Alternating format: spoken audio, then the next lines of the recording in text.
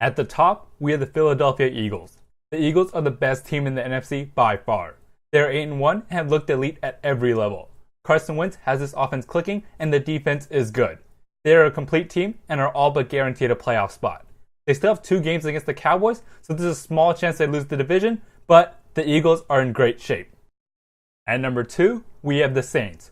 Who would have thought the Saints would be where they are after an 0-2 start? We all know what this offense can do, but what's surprising is the defense. They are playing at a very high level right now, and that is the difference. I have no doubt about the Saints offense continuing to roll. I still have my doubts about the defense long term, but they are doing great right now. At number 3, we have the LA Rams. The Rams have surprised me so far. More specifically, the offense and how high-powered it is. Jared Goff looks nothing like the quarterback of last year, and Todd Gurley is an elite offensive player. The defense is great, and they have been blowing people out. I still have my doubts that this team can beat Seattle, though. I also want to see Jared Goff go on more game-winning drives, but they've done enough to be in the playoffs. And that does it for the locks. Now, we move on to the contenders, and we start with the Vikings. It doesn't matter which quarterback is out there. Whoever is back there seems to play well, and Bridgewater might be coming back. The defense is for real, and Zimmer knows how to get the best out of a talented group. The NFC North is theirs for the taking, but I still worry about just how far a below-average quarterback can take them. At number 5, we have the Carolina Panthers. Cam Newton is a franchise quarterback, but he still worries me. More specifically, his running. He's at his best when he can be a real run threat, but those hits add up. He's big and strong, but he needs more help from his other running backs. The defense is good, but Luke Kuechly and the head injuries go beyond football. Still, this team is talented and can realistically still win the division. At number 6, we have the Dallas Cowboys. The Cowboys are finally hitting their stride. The offensive line is hitting their stride, and Zeke is becoming the workhorse that we all remember. The problem is that formula doesn't always work. Dak can certainly carry the offense, but it works best when it goes through Zeke. Also, the defense can be a problem. Sean Lee is the difference maker, but he gets hurt often, and I don't feel this defense can be on the field long. The Eagles are likely winning the division, meaning they'll have to be in the wild card to make the playoffs. Next up, we have the Seattle Seahawks. I always just believe the Seahawks will find their groove as the season wears on. Russell Wilson is magic in November, but they seem to be taking longer this season.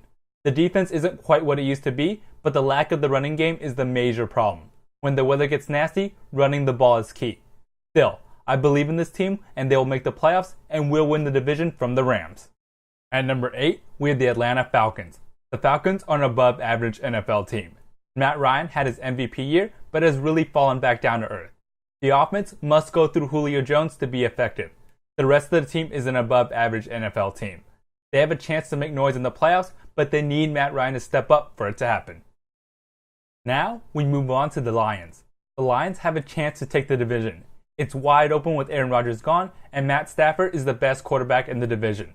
The problem is, they have no running game. It really bites them in the red zone, and they can't run out the clock. The defense is average, but this team can win the division. I like to see them finally make a playoffs and host a playoff game. Lastly, for the contenders, we have the Washington Redskins. The Redskins are an above-average team with an above-average quarterback. There's just something about this team that I don't believe will make the playoffs.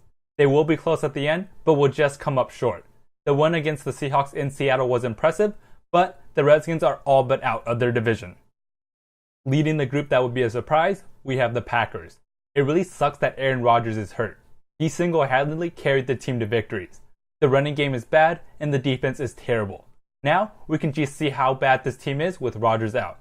The Packers need to focus on adding more talent around Rodgers and figure out what they need to do to help him out. Next up, we have the Cardinals.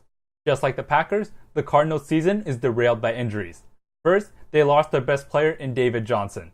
Then, they lost their starting quarterback in Carson Palmer. This team is talented, but there's only so many injuries a team can sustain. Their record might be good, but they're not going to the playoffs.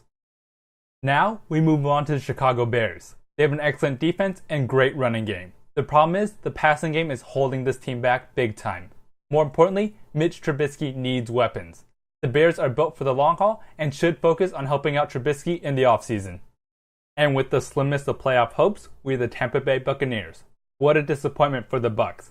They have playoff aspirations, and this team is talented. The problem is, Jameis Winston has been up and down all season long, and now will be out for a bit. To top it off, the defense is horrendous. Talent isn't the problem, but the play has sunk their season. The Giants lead the group that are out. Eli Manning isn't what he used to be, but the main problem is the offensive line. They can't block anybody, and Eli has no help in the running game.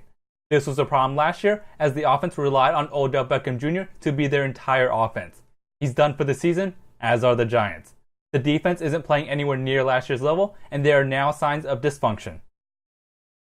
Lastly, we have the San Francisco 49ers. The Niners were all about the long-term goal, not this season. I like Shanahan as a coach, and he knows offenses. They have the quarterback of the future now in Jimmy Garoppolo, but next season has already started. And now we move on to the recap. There's a lot more contenders here than in the AFC. I personally have the Seahawks winning the division from the Rams and the Panthers taking another wildcard slot. Thanks for watching.